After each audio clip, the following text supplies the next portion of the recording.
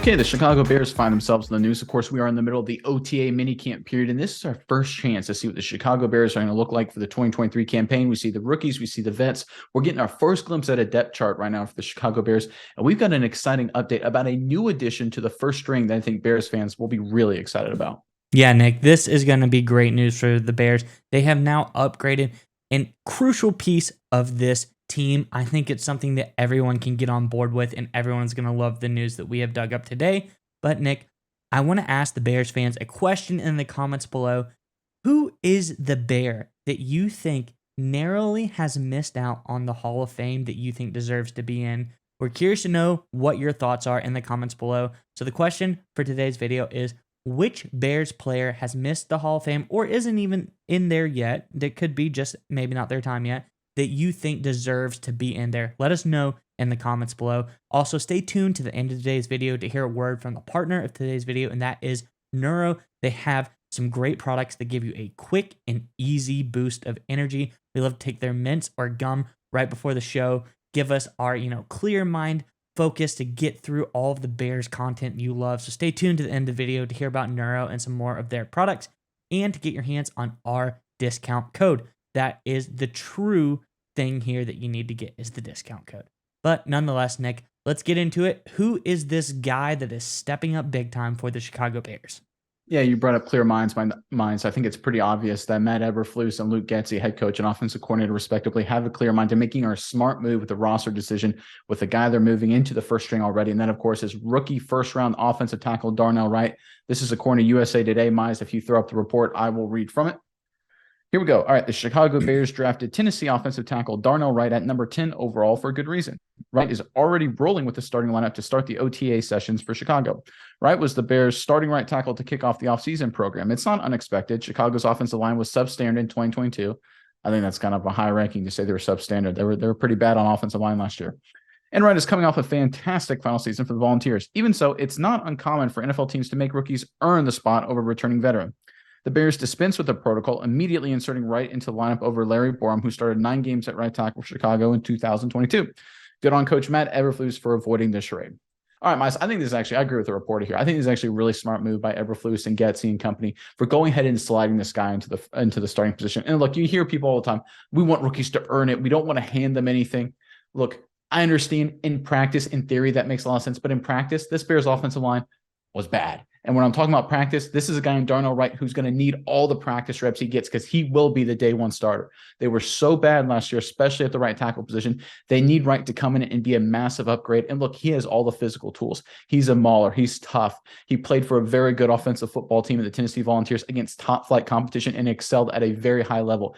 They need to get this kid as many reps as physically possible. He needs to learn the offense. He needs to learn the offensive line around him, because one of the things about the NFL playing offensive line that's kind of challenging, and it's with anybody when you make a leap at the next level, whereas from high school to college, which is a leap I had to go through, or college to NFL, which is obviously much harder, is getting the timing right, whether it's timing on double teams with your fellow offensive linemen, timing and pass protection with pass rushers. It takes a long time to work through that and get everything right. And this is a guy in Darnell Wright who they really need to have a big season, so he gets to start on his timing and ironing out those issues right now. I love the decision by the Chicago Bears for giving the guy the opportunity to go through that learning process now, instead of week one, where while he's learning, Justin Fields could be getting killed. I love the fact they're starting that process now. All right, Mike, give me your thoughts on Darnell Wright, the Bears offensive line, and just everything in Chicago right now. Yeah, Nick, you always say this as our resident offensive line expert.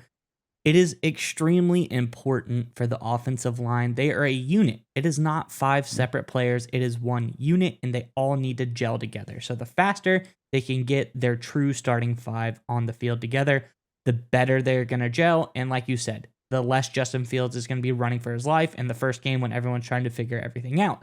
So of all the positions on the field, I think this is the most crucial one, that they get the starting guys out there together. I think a wide receiver or running back skill positions, they can maybe battle it out, earn the position, whatever. But I think this one is actually a really smart move by the Chicago Bears. It actually means something that he's getting early starting reps. So good on them for doing this.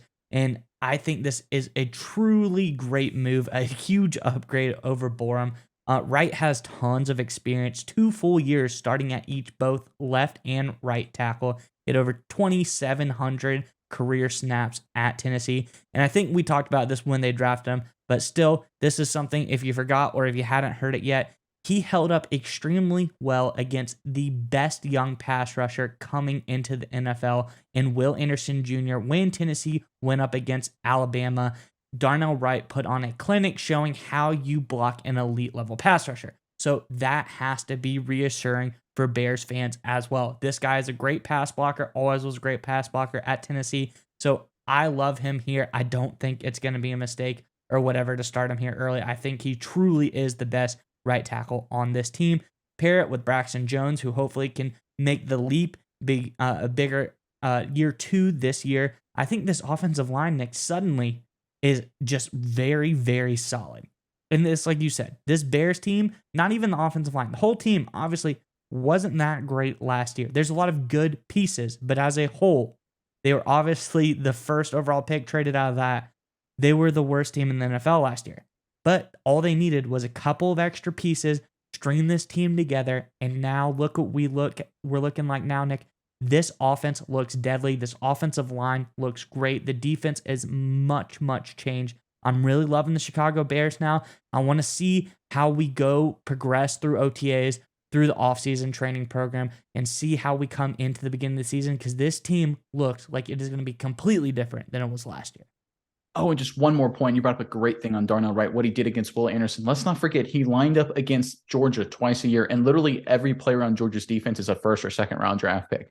So this is a guy who's gone up against week in and week out in the SEC against literal first and second round draft picks, like he will have to do when he starts playing on Sundays for the Bears. So you brought up a great point there, Mize. This isn't a guy that they're just throwing in the position, hoping it works out. He has experience and he has pedigree going up against NFL guys and winning, and Bears fans should be really excited by that.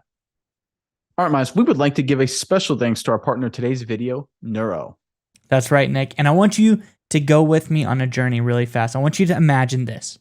It's 4th and goal in the big game, Nick. Your team is relying on you to make the big-time game-winning play.